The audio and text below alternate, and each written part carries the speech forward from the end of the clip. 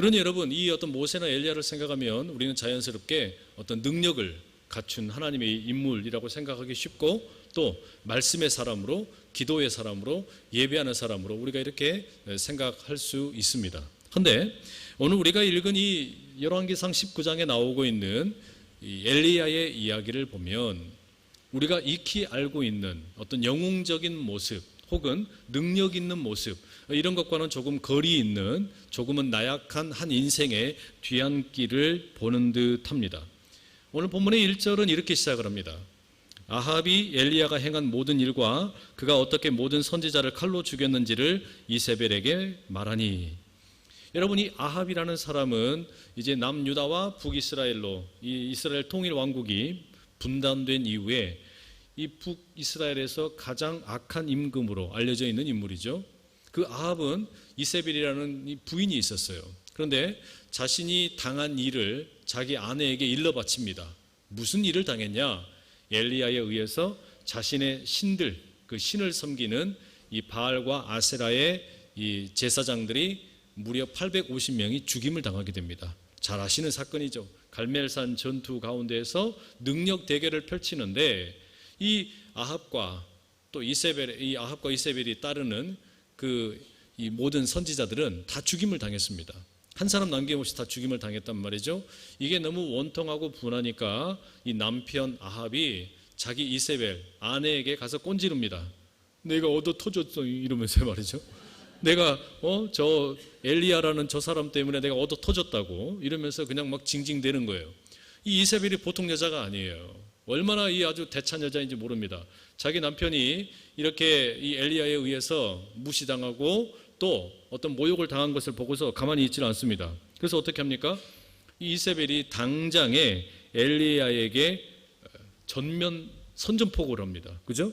뭐라고 선전포고를 하냐? 오늘 본문의 2절의 내용에 보면 아주 섬뜩한 이야기를 합니다. 이렇게 되어 있어요. 내가 내일 이 마음때에는 반드시 네 생명을 저 사람들 중 한 사람의 생명과 같게 하리라. 그렇게 하지 아니하면 신들이 내게 벌 위에 벌을 내림이 마땅하니라. 여러분, 이게 무슨 이야기예요? 선전포고를 하고 너를 반드시 내가 죽여버리겠다, 이거 하는 거예요. 여러분, 우리가 지금도 이렇게 그 누군가가 나에게 무슨 살해 협박을 하겠다, 만약에 여러분 이런 이야기를 듣게 되면 어떠시겠어요? 그냥 가슴이 철렁 내려앉으시겠죠? 아무리 여러분 우리가 무슨 대통령이라고 해도 누군가가 그렇게 혈기등등하게, 살기등등하게 나를 죽이겠다 달려들면 이게 보통 여러분 온전한 어떤 정신을 가지고 있는 사람이면 당연히 겁이 나는 게 사실입니다. 엘리야가 그랬던 것 같아요. 바로 얼마 전에 자신이 혼자서 바알과 아세라의 그 선지자들 850명을 무찌른 그 어마어마한 승리를 경험했잖아요. 하나님이 함께 하셨더니 말도 되지 않는 기적 같은 승리를 경험했는데, 이세벨이라고 하는 이 이방신을 섬기는 여인의 말 한마디에 엘리야가 완전히 그대로 고꾸라지게 됩니다. 이게 아무것도 아닌 것 같은데 이 엘리야가 그냥 완전히 고꾸라지는 거예요. 앞에 나온 승리했던 모습은 온데간데 없고 너무나 연약한 모습으로 추락을 하는 거예요. 이게 여러분 우리가 쉽사리 이해가 잘 안 될 수도 있습니다. 아니, 그렇게 능력 있는 사람이, 아니 그렇게 멋지게 하나님을 붙들고 승리했던 사람이 어떻게 그 여인의 말 한마디에 이렇게 쓰러지나, 어떻게 이럴 수 있나, 이런 생각이 든단 말이에요. 구체적으로 보십시오. 3절에 보면 엘리야가 이렇게 행동을 해요. 그가 이 형편을 보고 일어나 자기의 생명을 위해 도망하여 유다에 속한 브엘세바에 이르러 자기의 사환을 그곳에 머물러 두고. 여러분, 이게 무슨 이야기입니까? 도망갔다는 이야기죠. 도망을 가는데 어떻게 가냐? 여러분, 지명을 유심히 보셔야 됩니다. 브엘세바까지 도망을 갔어요. 브엘세바라는 이 지명은 이스라엘의 지도를 우리가 펼쳐놓고 봤을 때 이스라엘의 최남단을 가리키는 표현입니다. 그래서 보통 여러분 구약 성경에서 이스라엘의 경계를 표현할 때 단에서 브엘세바 이런 이야기를 쓰죠. 단이라고 하면은 그 지명이 이제 북쪽의 경계가 되는 거고, 브엘세바는 이스라엘의 남쪽 경계를 이야기합니다. 그러니까 지금 이 엘리야는 그냥 불이 나게 밤새 쉬지도 않고 도망간 거예요. 어디까지요? 브엘세바까지, 남쪽 경계까지 도망을 간 겁니다. 최남단 국경 지역인데, 그런데 여기에서 멈추지를 않습니다. 그 다음에 뭐라고 되어 있냐면, 이 브엘세바를 가리켜 성경은 뭐라고 표현하냐면 유다에 속한 브엘세바 이렇게 되어 있습니다. 그러니까 지금 여러분 이스라엘의 임금, 그러니까 북이스라엘의 임금인 아합과 그리고 그의 부인인 이세벨이죠. 이 이세벨의 협박을 받고 도망을 가는데 남유다를 관통해서 내려와가지고 그 맨 끄트머리 브엘세바까지 도망간 거예요. 예를 들면 우리 대한민국, 이 한국 한반도를 생각을 해보세요. 우리도 본래 통일된 조국으로 살아가야 되는데 이제 북한과 남한 이렇게 나누어져 있잖아요. 그러니까 우리 엘리야가 이를테면 활동을 어디서 했던 겁니까? 북한에서 했던 거예요. 평양에서 활동을 하다가 평양에 김정은 이 수령이 너 잡아 죽이겠다 이러니까 어떻게 하는 거예요? 도망간 거예요. 어디까지 도망간 거예요? 제주도까지 도망간 거예요. 맨 끝까지 도망갔다 이야기예요. 그만큼 어떻게 된 겁니까? 이제 갈 때까지 간 거죠. 그러면은 왜 유다에 속한 브엘세바라고 이야기했냐? 그 이유가 있어요.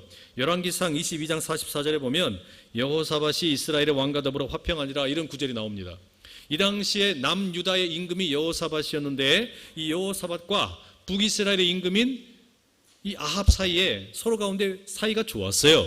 그러니까 남유다로 도망갔지만 혹시라도 여호사밧이 자기를 잡아가지고 범죄인 인도 조약을 체결해서 북쪽 이스라엘로 자기를 보내버릴까 봐 이 겁이 난 겁니다. 그러니까 브엘세바에 있지를 못하는 겁니다. 그래서 어떻게 하냐? 자기 사환, 예를 들면 자기 비서입니다. 자기 비서로 자기를 동행하고 자기와 함께 활동하는 사람이 있는데 이 사람을 브엘세바에다가 두고 그 다음엔 어떻게 하냐? 거기에서 더 밑으로 내려가는 거예요. 이를테면 이게 뭐예요? 이제 다른 나라로 들어가 버린 거죠. 다른 나라인데 그게 여러분 어디냐면 광야로 들어가는 겁니다. 광야로 들어간다는 이야기, 그것도 혼자 간다는 이야기, 여러분 왜 이렇게 하겠어요? 이유는 딱 한 가지입니다. 아무도 내가 어디에 갔는지 모르게 하겠다라는 거예요. 지금 자기 비서를 데리고 가다가 브엘세바에 가서는 거기에다가 자기 비서를 내두고 혼자서만 광야로 들어가 버린 겁니다. 누구도 나를 찾을 수 없도록, 누구도 나를 발견할 수 없도록, 아무도 내가 어디 있는지 모르도록 숨어 가겠다라는 것을 지금 우리가 이 본문에 숨겨져 있는 의미로 찾아볼 수가 있는 거예요. 지금 그렇게 여러분 엘리야는 어마어마한 절망감에 빠져 있는 겁니다. 이만큼 지금 여러분 이 구절을 읽어보게 되면 이 행간 사이에서 우리는 엘리야라고 하는 이 하나님의 선지자가 얼마나 초조함이 그리고 절대적인 두려움이 무서움이 어떤 엄습에 오고 있는지를 우리가 느낄 수가 있다라는 말이에요. 여러분 엘리야가 지금 도망을 가는데 무슨 비행기를 타고 갔겠습니까? 아니면 KTX 열차를 탔겠습니까? 자동차를 탔겠습니까? 오토바이를 탔겠습니까? 이 당시에 이 선지자들에게 지급된 교통수단은 딱 하나밖에 없었어요. 다리밖에 없었어요. 걷는 거예요. 그냥 걸어서 가는 겁니다. 근데 여러분 지금 이 두려움 가운데 걷는데 무슨 음식을 제대로 먹었겠습니까? 쉬는 시간은 제대로 있겠습니까? 조금만 쉬려고 해도 어때요? 아합의 군대가 나를 잡으러 올까봐 겁이 납니다. 이세벨이 보낸 이 어떤 그 스파이들이, 살인범들이 어디에서 나를 공격할지 모른다. 남유다를 관통해 가면서도 아마 북이스라엘과 남유다가 서로 간에 이제 내통을 하고 있으니까 거기 가거든 혹시라도 엘리야를 보거든 잡아가지고 나에게 보내주라. 서로 가운데 이야기가 다 됐을지도 몰라요. 겁이 나는 겁니다. 두려운 겁니다.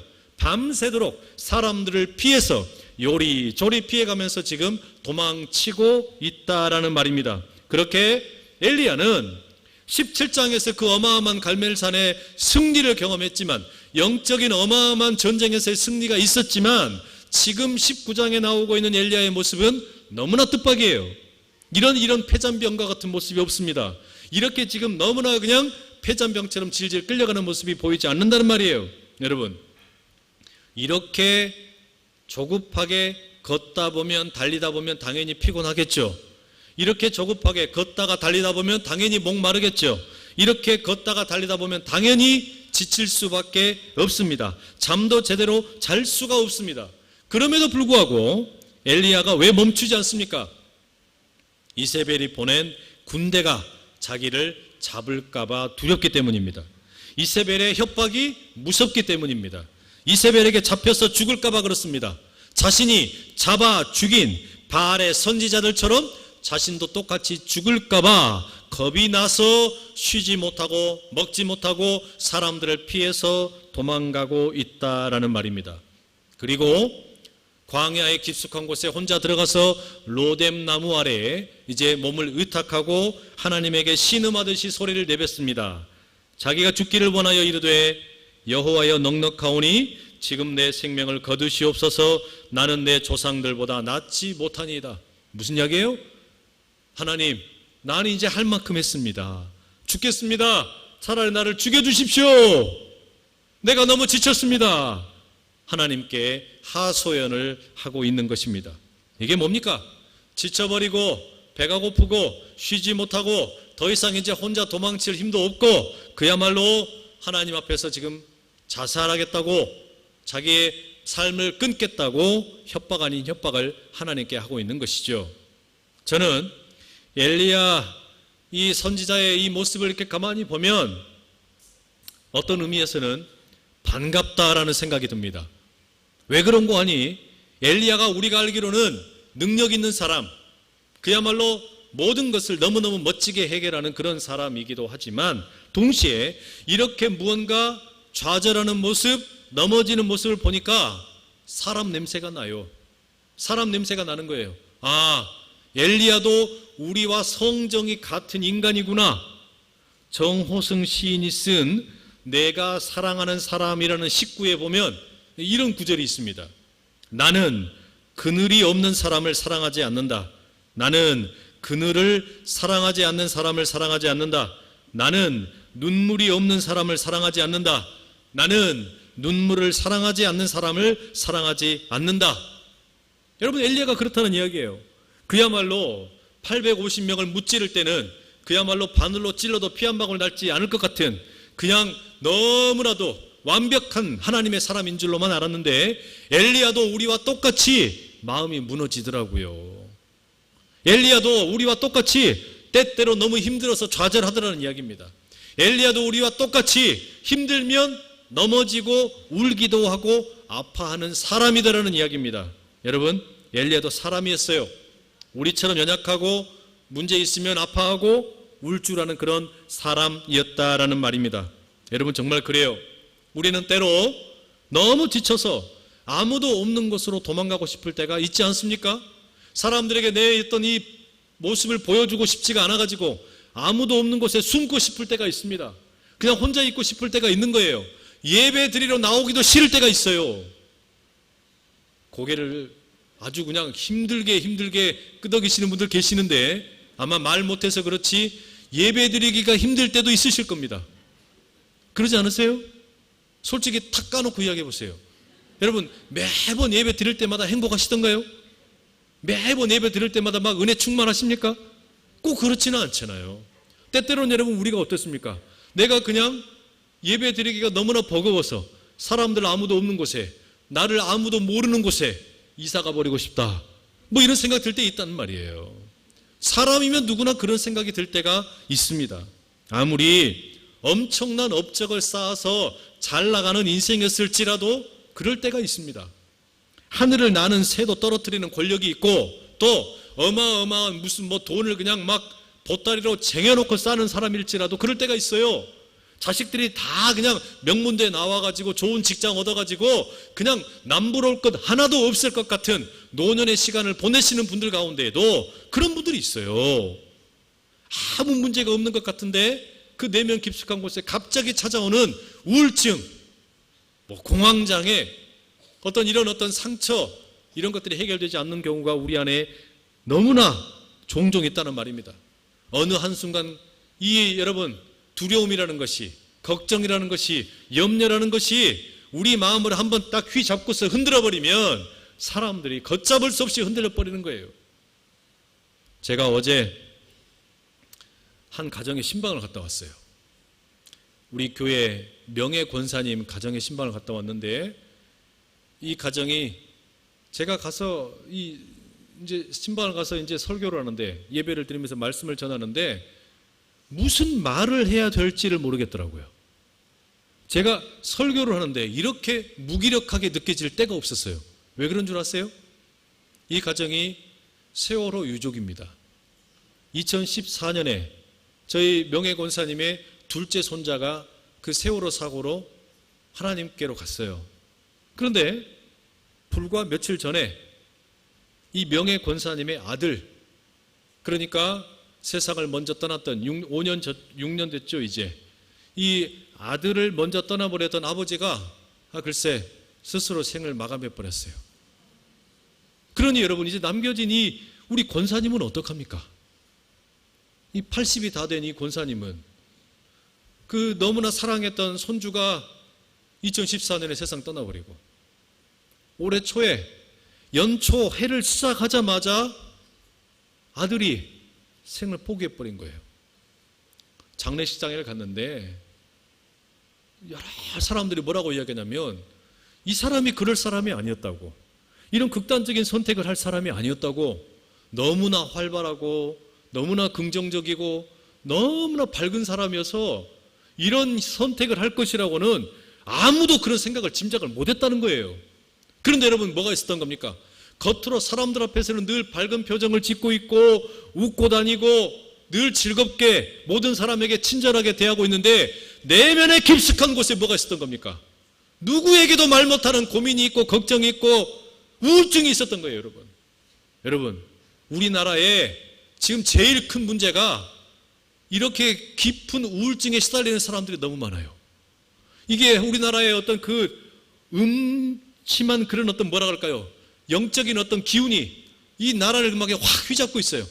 OECD 국가 중에서 자살률 1위입니다. 제가 알고 있는 어느 목사님이, 포항제일교회 섬기시는 목사님, 박영호 목사님이라는 분 계세요.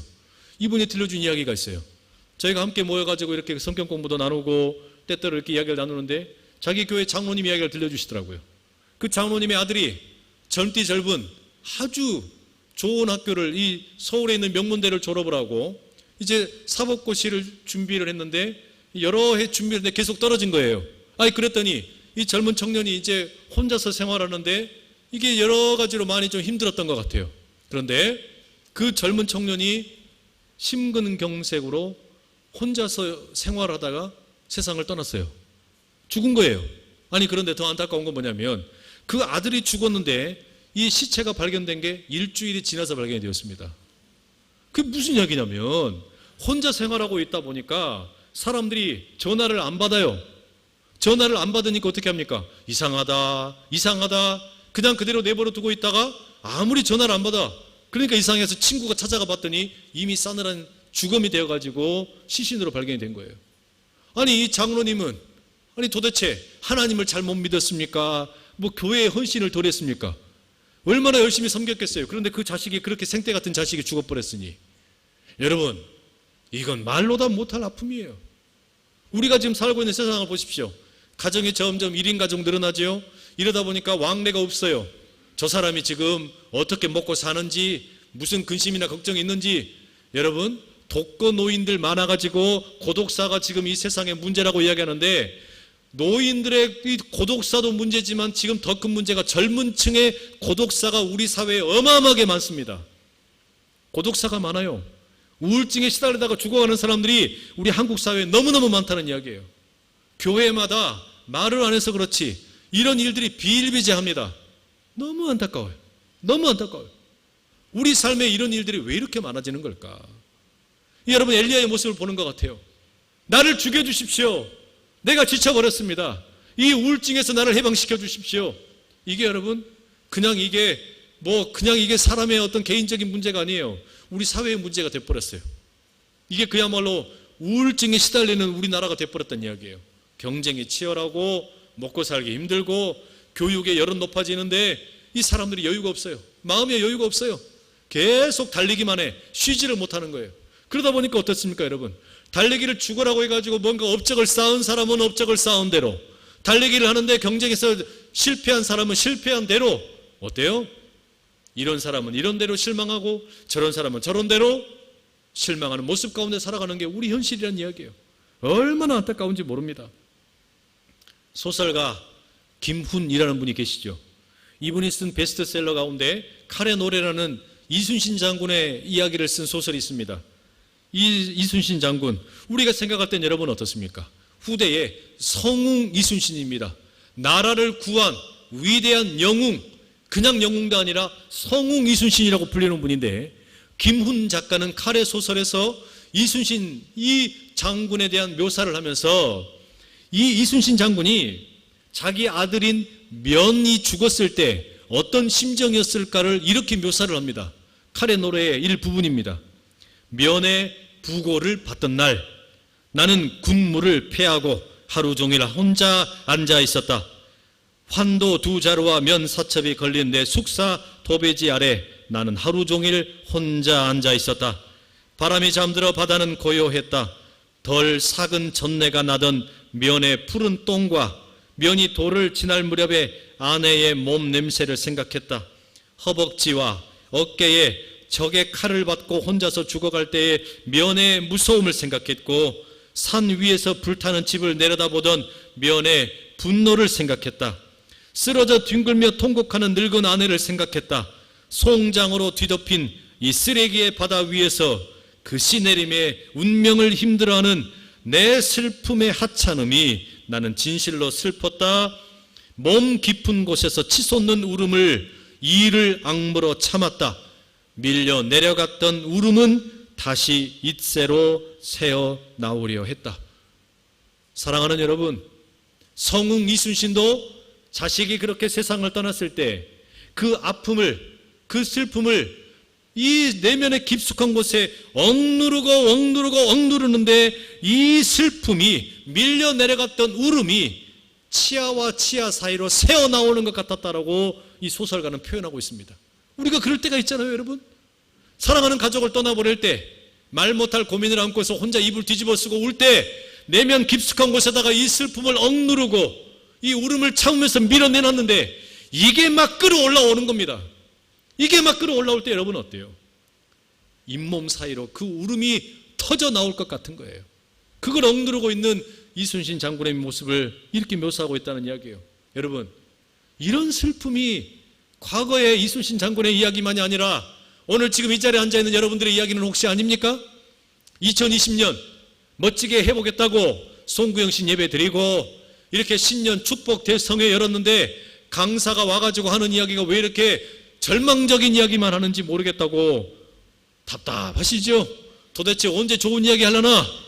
언제 축복 이야기 하려나? 여러분, 축복 이야기 나올 때 곧 나옵니다. 그러나 여러분, 그때 나올 때 나오더라도 우리가 우리 현실을 가만히 들여다봐야 돼요. 맞아, 엘리야의 이야기가 내 이야기야. 맞아, 저 다른 교회 장로님 이야기가 내 이야기야. 맞아, 저기 안산제일교회 그 명예 권사님 이야기가 우리 이야기야. 여러분, 그게 우리 삶의 이야기예요. 우리 삶의 이야기예요. 여기 앉아있는 분들 다들 오늘 하루도 여러 가지 일을 하시다가 근무하시다가 또 가정에서 수고하시다가 이곳까지 달려오셨을 텐데, 여러분, 우리가 옆에 있는 분들 얼굴을 가만히 보면 멀쩡해 보이죠? 다 멀쩡해 보입니다. 그런데 그 속사람의 마음을 누가 어떻게 알아요? 그 속사람이 지금 무슨 걱정을 하고 있고 무슨 염려가 있는지, 무슨 걱정과 근심 가운데 시달리고 있는지 우리가 어떻게 아느냐는 말이에요. 우리 모두는 그렇게 때때로 혼자서 너무나 우울하게, 때로는 너무나 외롭게 주님 앞에 달려나와서 울고 싶을 때가 있다는 말입니다. 여러분, 엘리야가 바로 그런 모습으로 나지막이 힘겹게 소리를 내뱉습니다. 여호와여, 넉넉하오니 지금 내 생명을 거두시옵소서. 나는 내 조상들보다 낫지 못합니다. 이게 이 엘리야의 절박한 심정이에요. 돈이 원망스러운 사람은 그럴 겁니다. 돈아, 내 생명 거두어 가라. 사랑이 원망스러운 사람은 그럴 거예요. 사랑아, 내 생명 거두어 가라. 사업이 원망스러운 사람은 그럴 거예요. 사업아, 내 생명 거두어 가라. 이 나라가 원망스러운 사람은 그럴 거예요. 나라야, 내 생명 거두어 가라. 여러분, 그렇게 울부짖는 사람들 우리 주변에 너무 많습니다. 로뎀 나무 아래에서 생명을 거두어 달라 이 외치는 엘리야의 절망이 여러분, 여기 앉아 계신 여러분들의 절망은 아닙니까? 여러분들의 자녀들의 절망은 아닙니까? 여러분들의 부모님의 절망은 아니냐 이 말이에요. 그런데 여러분, 만약에 성경의 이야기가 이대로 끝나버렸다 그러면 비극이죠. 성경의 이야기가 이대로 끝나버렸다 그러면 우리에게 아무런 희망도 없고 축복이 아무것도 없는 것처럼 되어버릴 겁니다. 그러나 배가 고프고 목이 마르고 소망이 없고 그래서 인생을 이제 마감하고 싶어하는 그 엘리야, 혼자서 로뎀 나무 아래에서 절망하고 있는 바로 그때가 바로 하나님이 찾아오시는 순간입니다. 누구도 나에게 도움이 되지 못할 것 같아서, 누구 한 사람이 나는 당신 이해해 이런 말이 오히려 더 불편하고 나도 알아, 이런 말도 너무나 거추장스럽고 그저 사람들 다 피해서 산에 꼭대기에 올라가가지고 찬바람이나 맞으면서 있고 혼자서 쓸쓸하게 노인정에 앉아있고 혼자서 아무런 목적도 없이 마트에 가가지고 카트를 끌고 다니면서 돌아다니고 있고 바로 그런 심정으로 사람들의 시선을 회피하고 있는 바로 그때, 교회 골방에 틀어박혀서 울고 있는 그때, 자녀들 다 나간 자리에 이제 혼자 남겨져서 찬밥을 물에다 말아가지고 김치에다가 그냥 먹는 둥 마는 둥 신용하다가 그냥 혼자 남겨져 있을 때 덩그러니 거실에 소파에 털썩 주저앉아 있는 바로 그때, 여러분 그때가 하나님이 우리를 찾아오시는 순간입니다. 그때가 여러분 우리 하나님이 우리를 내버려 두지 아니하시고 찾아오시는 순간이란 이야기예요. 나 혼자 있는 그때, 나 혼자 있는 그때. 여러분 야곱이 그러지 않았습니까? 야곱이 20년 동안 그 삼촌 라반의 집에 있다가 이제 자녀들을 거느리고 아내를 4명이나 거느리고 많은 종들을 거느리고 재산을 거느리고 이제 고향으로 돌아가는데 야복강 나루터에 혼자 남았어요. 형 에사가 군대를 이끌고 자기를 죽이러 온다는 이야기를 듣고 나니까 너무 겁이 납니다. 종들도 보내고 가축도 보내고 아내들도 보내고 자녀들도 다 보냈습니다. 혼자 남아있던 그 야복강 나루터에 두려워하고 걱정하고 떨고 있는 그 야곱에게 하나님이 찾아가셨다는 이야기예요. 마찬가지입니다.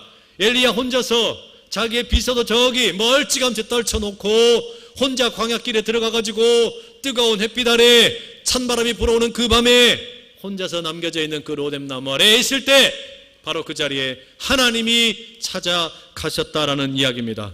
여러분 기억하십시오. 나 혼자 있어서 죽고 싶을 때, 나 혼자 있어서 삶을 포기하고 싶을 때 그 자리가 바로 하나님께서 여러분을 찾아오시는 자리인 것을 잊지 마시기 바랍니다. 절대로 여러분의 삶이 여기서 끝이다라고 단정 짓지 마시고 나 혼자 있는 그때에 들려오는 내면의 목소리를 들으시기를 축복합니다. 나를 하나님 절대 포기하지 않으신다는 이야기예요. 로뎀나무 아래 나 혼자 내버려 두지 않으신단 말이에요. 바로 거기에서 하나님께서 천사를 보내셔서 엘리야를 도우시기 시작합니다. 너무 배고파서 목말라서 그야말로 넘어져 있는 이 엘리야에게 하나님 어떻게 하십니까? 숯불에 구운 떡과 물 한 병을 주십니다. 허겁지겁 떡 먹습니다. 물을 마십니다. 겨우 정신 차렸는데 다시 그대로 잠들어 버리죠. 그러자 이제는 천사가 다시 와가지고 엘리야를 어루만져 줍니다. 이 어루만져 준다는 말이 너무 저는 좋아요. 여러분 사람이 누군가와 이 스킨십이 있을 때 사는 것 같아요. 외로운 사람들이 왜 외롭냐? 사람이 자기를 만져주지 않으니까 외로워요. 저희 집에 강아지가 한 마리 있어요. 이 강아지가 저희 집에 제가 이제 이렇게 혼자 앉아있으면 갑자기 저에게 다가와가지고 그냥 배를 벌라당 뒤집어 까고 자빠져 있어요. 그 뭐하라는 이야기냐면 자기 만져라는 이야기예요. 자기를 만져주고 긁어주라는 거예요.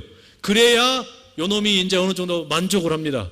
제가 만져주지 않으면 막 소리를 짓습니다. 그리고 막 소리를 질러요. 여러분 옆에 있는 분들 보세요. 옆에 있는 분들 손이라도 한번 잡아주세요. 손이라도 한번 잡아주시고 꽃게 하나라도 한번 주세요. 그게 뭐 하는 겁니까 여러분? 천사가 지금 바로 그런 모습으로 엘리야를 만져주시는 거예요. 혼자 있는 엘리야, 잠들어가지고 어떻게 해야 될지 모르는 엘리야를 하나님께서 이제 일으키시려고 그러는데 마사지 해주는 거예요. 태국 마사지, 중국 마사지, 어디 마사지 비교 안 되는 최고의 마사지 서비스를 해주는 거예요. 그래가지고 엘리야야 일어나라, 엘리야야 일어나라. 마사지 받아보신 분들 알죠? 마사지 받고 나면 시원합니다. 그래서 엘리야가 이제 어떻게 합니까? 일어납니다. 그래서 하나님께서 명령을 하시죠. 가라! 어디로 가라 그러세요? 호렙산으로 가라 라고 말씀을 하십니다. 호렙산이 뭐 하는 곳입니까?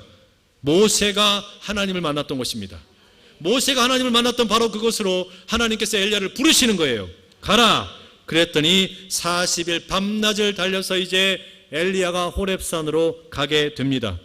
하나님께서 모세를 만나주신 그곳으로 엘리야를 부르시는 거예요. 뭔가 특별한 말씀을 주시겠다는 이야기입니다. 하나님께서 모세를 만나서 그곳에서 특별한 사명을 주셨던 것처럼 지금 엘리야를 호렙산으로 부르셔서 뭔가 특별한 사명을 주시겠다. 이게 여러분 내포되어 있는 의미겠죠. 자, 그렇게 호렙산에 드디어 엘리야가 이제 40일을 주야간 걷고 또 걸어서 도착하게 되었습니다.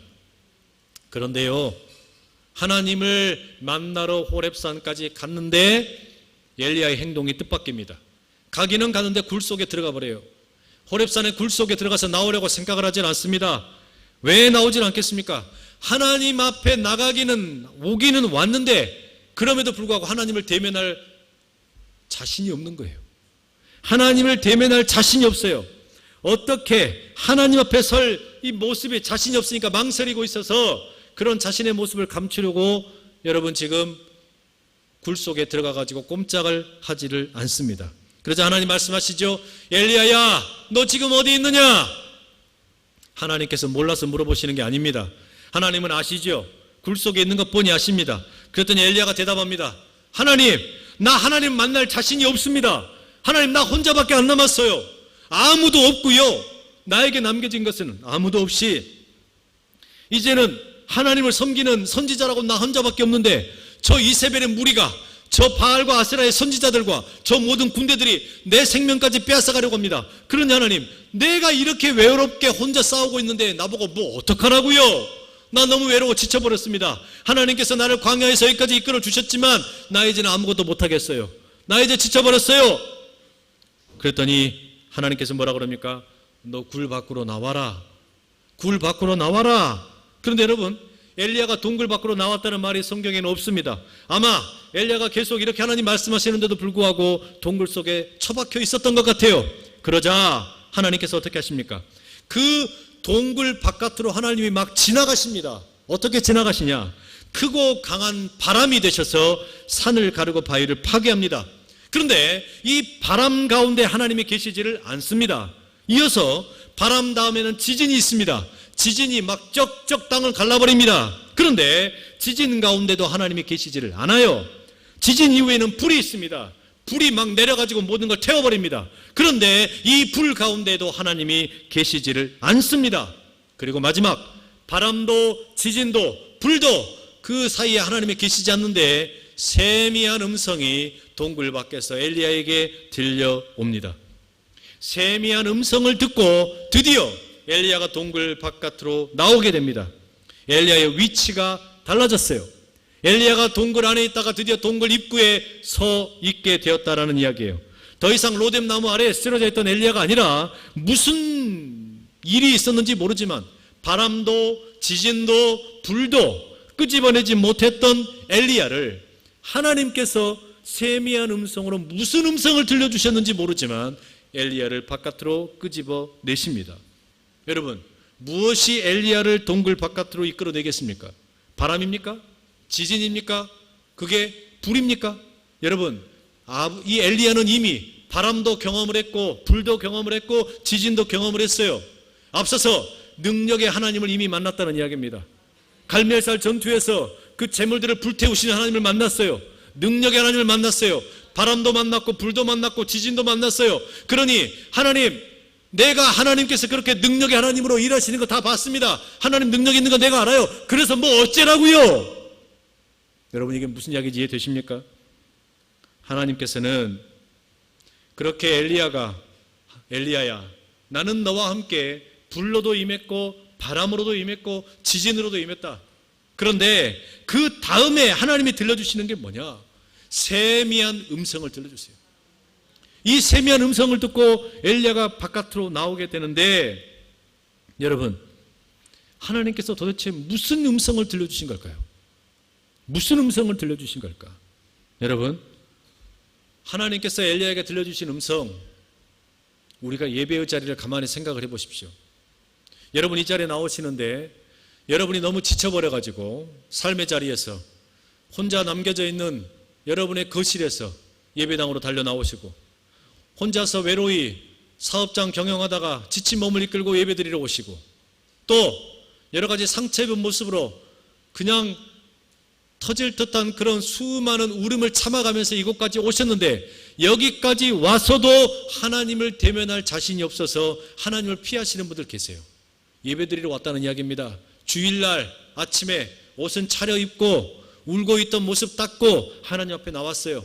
지쳐버린 마음 감추고 하나님 앞에 나왔어요.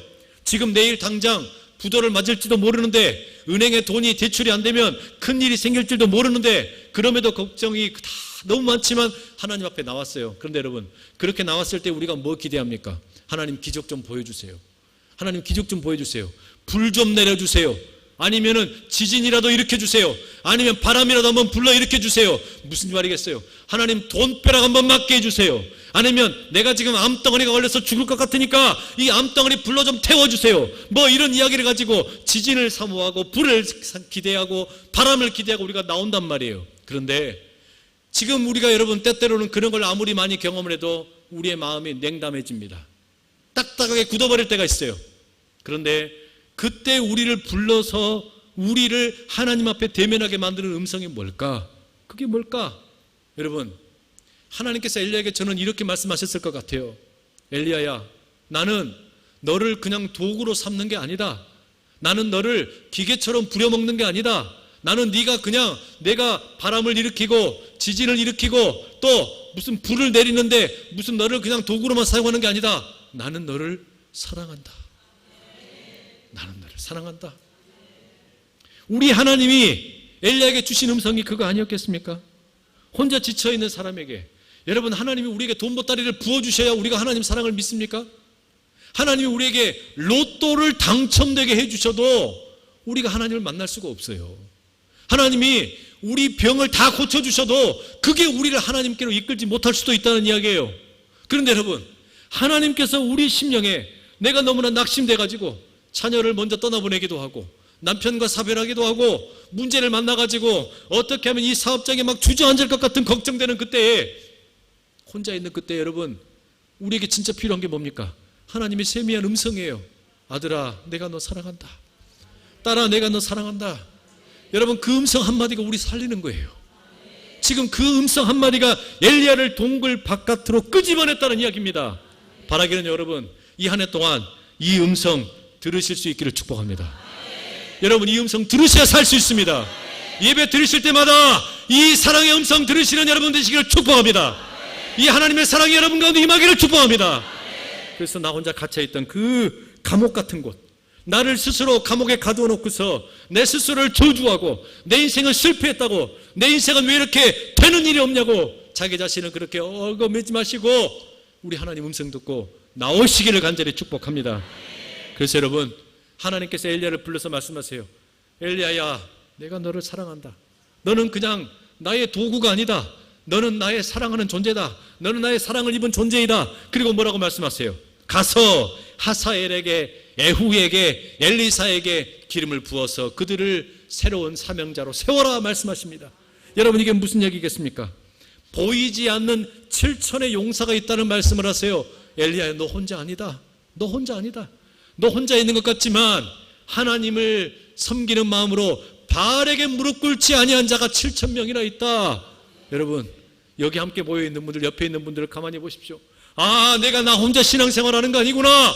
나 혼자 하나님을 섬기는 게 아니고 내 옆에 이렇게 너무나 멋진 분들이 계시는구나.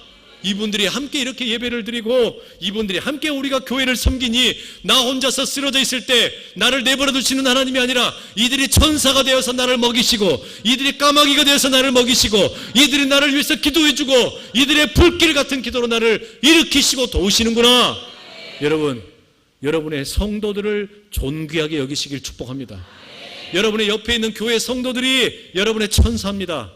여러분의 옆에 있는 성도들이 하나님께서 여러분에게 보내주신 너무나 귀하디 귀한 엘리야의 7천 용사에 비길 수 없는 귀하디 귀한 하나님의 사람들인 줄로 믿습니다.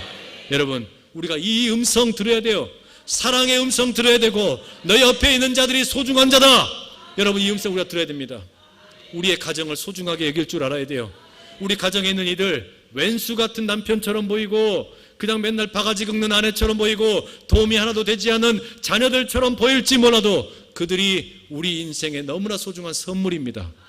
내 옆에서 맨날 나를 바가지 긁는 우리 교회 무슨 권사님, 무슨 집사님, 여러분, 그분들이 내 신앙생활을 지켜주는 보배예요.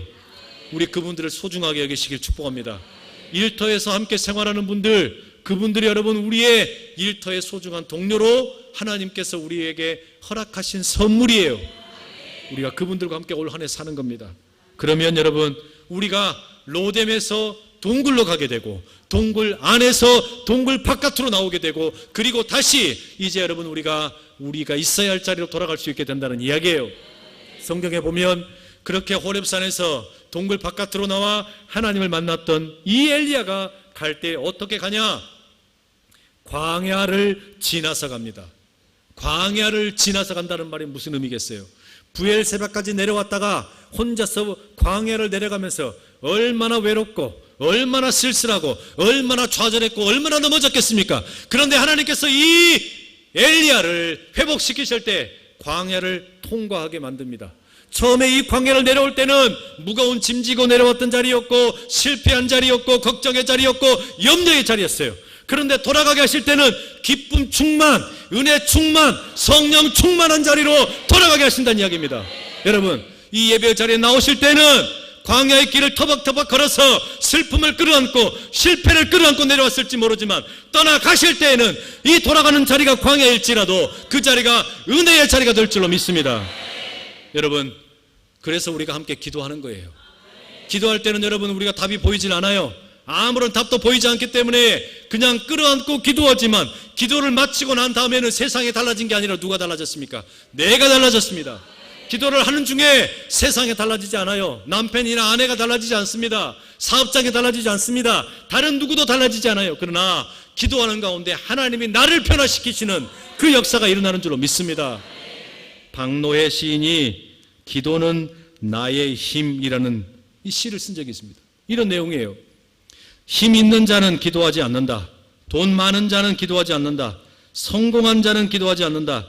그들은 기도하지만 기도드리지 않고 그들은 하늘을 부르지만 오직 땅에다 대고 땅 위에서 이루어지기를 바랄 뿐이다. 어린아이의 천진한 기도는 하늘에 닿는다. 무력한 자의 간절한 기도는 하늘에 통한다. 정의를 위해 외치는 기도는 하늘을 울린다. 이 지상에 의지할 때 하나 없어 하늘밖에 없고 아무것도 가진 것이 없어 기도밖에 없는 자의 하늘을 향해 울부짖는 기도는 땅에서 배반당할지라도 하늘에 통하는 기도는 그 가슴에 하늘이 깃들어 마침내 사랑의 힘으로 땅의 권력을 갈아내리라. 여러분, 돈 있는 자 기도 안 합니다. 성공한 사람 기도 안 합니다. 능력 있는 사람 기도 안 합니다. 그러나 울부짖을 거리가 있는 사람, 마음 아픈 사람, 로뎀나무 아래 홀라 쓰러져 있는 사람 기도할 수밖에 없습니다. 그 기도 우리 하나님이 받으실 줄로 믿습니다. 저는 그 사실 누구보다 자신 있게 이야기할 수 있어요. 제 부모님께서 저를 목회자로 서원하셨습니다. 여기 혹시 우리 장로님, 권사님, 특히 또 우리 목사님들 제발 부탁드리는데 자녀의 운명을 여러분 스스로 결정하지 마십시오. 서원하지 마세요. 자녀들 서원해놓고 나니까 이거 진짜 어떻게 해야 될지를 모르겠더라고요. 나는 목회할 생각이 없었는데 저희 아버지하고 어머니가 너는 목회해야 된다, 목회해야 된다. 저는 집안이 가난한 게 싫었어요. 저희 부모님 목회는 하셨어요. 근데 개척교회하고 농어촌교회 섬기시는데 우리 서성곤 목사님이 저희 부친 잘 아십니다. 이게 그냥 시골에서 이렇게 그냥 찌질이 가난하게 사는 게 너무 싫었어요. 그래서 저는 혹시 목회를 하더라도 돈 많이 벌고 로또도 좀 당첨되고 이렇게 해가지고 막 그냥 좀 여유가 생긴 다음에 혹시 하나님 부르시면 그때 가서 목회하는 게 제 소원이었습니다. 그런데 하나님께서 저를 특별하게 찾아오시는 사건이 있었어요. 그리고 뭐라고 말씀하시냐면 야, 너는 네 마음대로 살다가 이제는 네 하고 싶은 거 다 한 다음에 마지막에 이제 힘 빠져가지고 그 다음에 이제는 늙어서 나한테 올래? 이러시는 거예요. 왜 너의 젊음을 나한테 드릴 생각은 하지 않냐? 이렇게 말씀하시는데 제가 할 말이 없더라고요. 그래 놓고 나니까 알겠습니다 하나님, 그럼 제가 공부하겠습니다. 신학교에 갔어요. 그러니까 신학교에 가서 이제 목회하겠다고. 그런데 여러분 그때 저에게 들려온 목소리가 뭐였냐면, 저를 변화시킨 음성이 뭐였냐면 엘리야를 향한, 엘리야를 그 동굴 속에 갇혀있던 그 엘리야가 들었던 세미한 음성같이 찾아온 저에게 음성이 있었어요. 마치 그냥 이 공중에서 말씀이 막 날아다니다가 화살이 되어가지고 저에게 막 꽂히는 것 같은 말씀이었어요. 그게 하나님을 사랑이시라는 말씀이었어요. 어느 겨울 청년부 수련회였는데 설교하시는 목사님이 너무 설교를 못했어요. 못해도 너무 못했어요.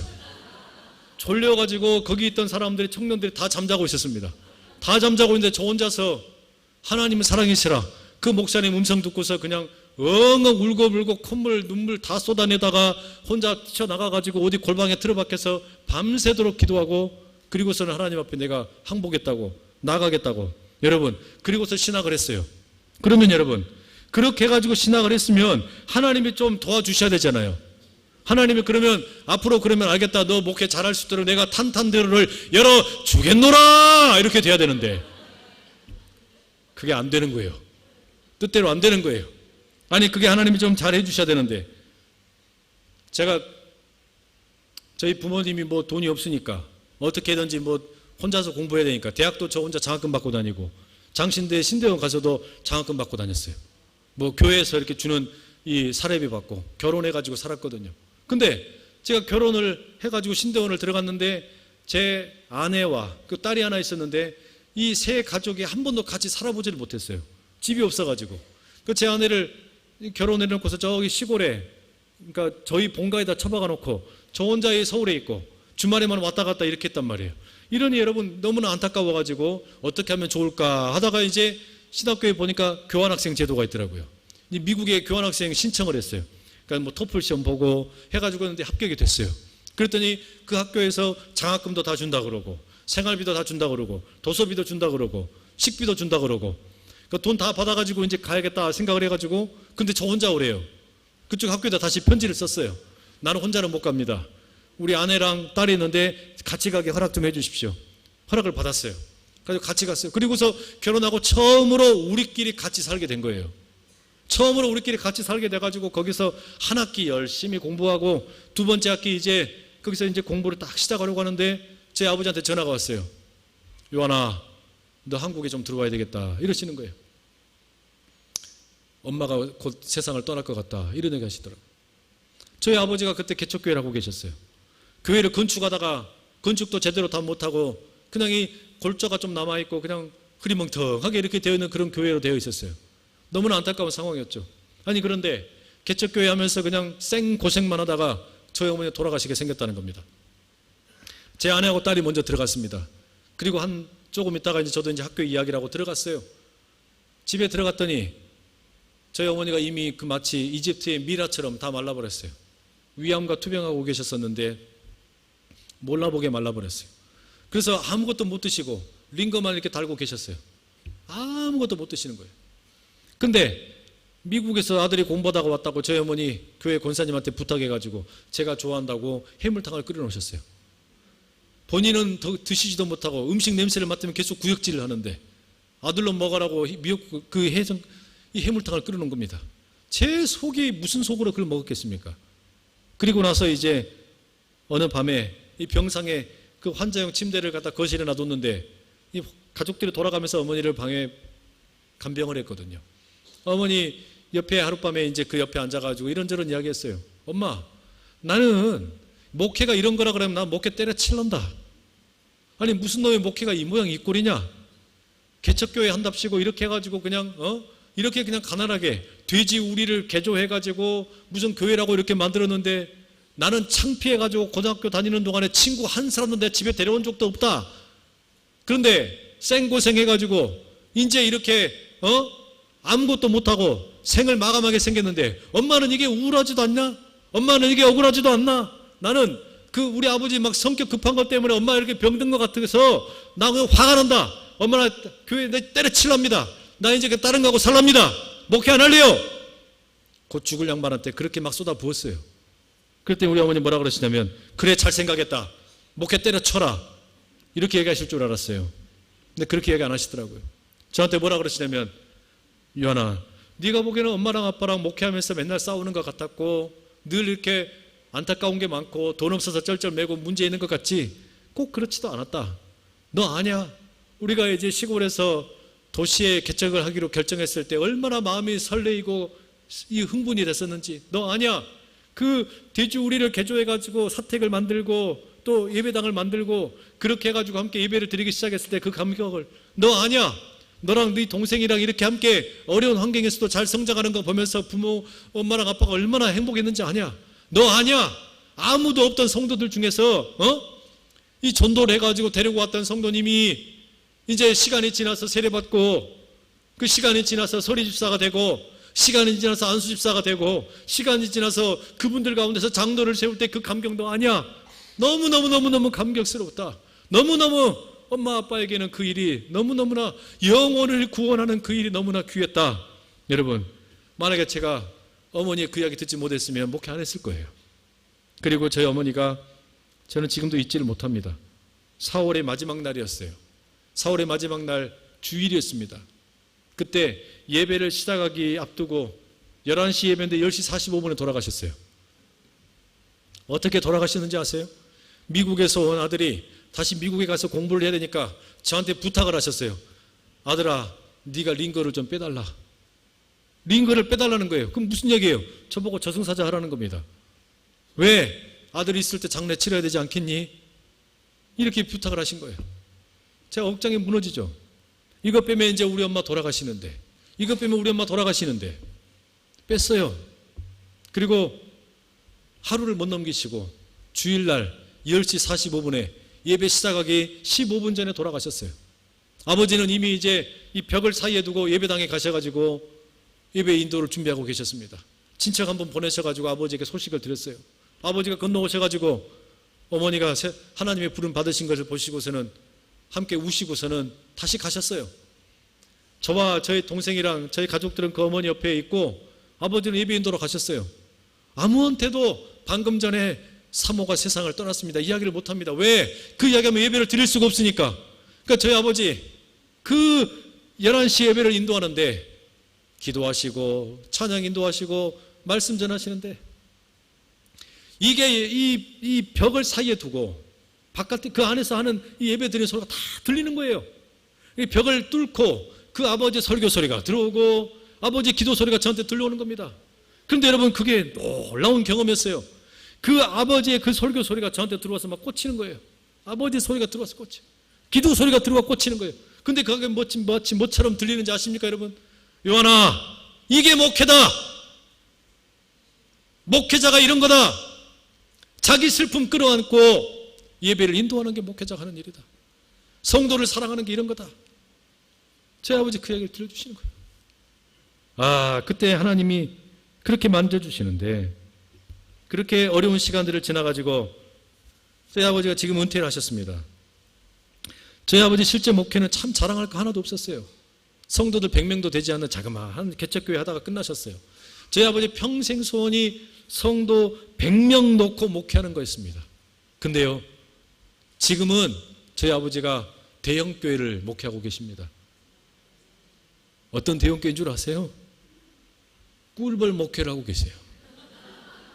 양봉을 하시는데 성도 숫자가 얼마나 많은지 몰라요. 지교회가 벌써 20개가 넘습니다. 어마어마하게 많아요. 이제 내년이면 올해는 아마 한 40개 될 것 같아요. 그 많은 교회를 이렇게 거스리면서 이 성도들을 돌보는데 맨날 갔다가 설탕물 타다가 먹이시고 또 갖다 먹이시고 또 이 푸른 초장과 실만한 물가로 인도해야 되니까 말벌들 오면 때려잡으시고 이 추울까봐 또 갖다가 뭐 헝겊대게 덮어주시고 그러면서 지내고 계세요. 여러분, 저희 아버지가 어머니와 함께 눈물 흘리며 뿌렸던 그 씨앗이 하나님은 잊지 않으시더라고요. 저한테 열매를 맺혀졌어요. 제가 뭐 내세울 게 뭐가 있는 줄 아십니까? 아무것도 없어요. 아무것도 없어요. 저희 부모님 그냥 그 기도로 제가 여기 와 있어요. 과분하게 10,000명이 넘는 교회 목회자로 저를 세워주셨어요. 제가 잘해서 선 게 아니에요. 저는 그걸 너무나 잘 알아요. 이게 내게 어울리는 옷이 아닌데 하나님께서 우리 부모님 기도 때문에 저를 여기다 세워주셨다는 걸 안다는 말입니다. 왜 이렇게 목회가 어렵습니까? 로뎀나무 아래에서 울부짖었던 부모님의 기도를 우리 하나님이 들으셨다는 이야기예요. 여러분, 우리가 그렇습니다. 우리의 삶이 그래요. 지금 내가 로뎀나무 아래에서 끌어안고 있는 그 기도의 제목들, 하나님 내가 너무 지쳐버려서 이제 죽고 싶습니다. 삶을 포기하고 싶습니다. 여러분, 그 기도의 제목 절대로 포기하지 마시고 우리 하나님의 은혜를 끝까지 붙들고 기도하며 나가는 기도의 용사들 다 되시길 간절히 축복합니다. 우리 하나님 결코 여러분들 포기하지도 아니하실 것이고 여러분의 가정을 포기하지도 아니하실 것이고 여러분의 자녀들을 포기하지 아니하실 것이고 여러분의 사업장을 포기하지 아니하실 것이고 여러분의 교회를 포기하지 아니하실 것이고 여러분의 인생 가운데 예비된 은혜를 허락하실 줄로 믿습니다. 그 로뎀나무의 자리, 겉으로 보기에는 절망의 자리고 좌절의 자리이고 우울함의 자리이고 음침한 사망의 골짜기일지 모르지만 바로 그 자리가 하나님의 역사의 자리인 줄로 믿습니다. 이 은혜가 여러분 가운데 놀랍도록 펼쳐지는 이 한 해 되시기를 간절히 축복합니다. 기도드리겠습니다.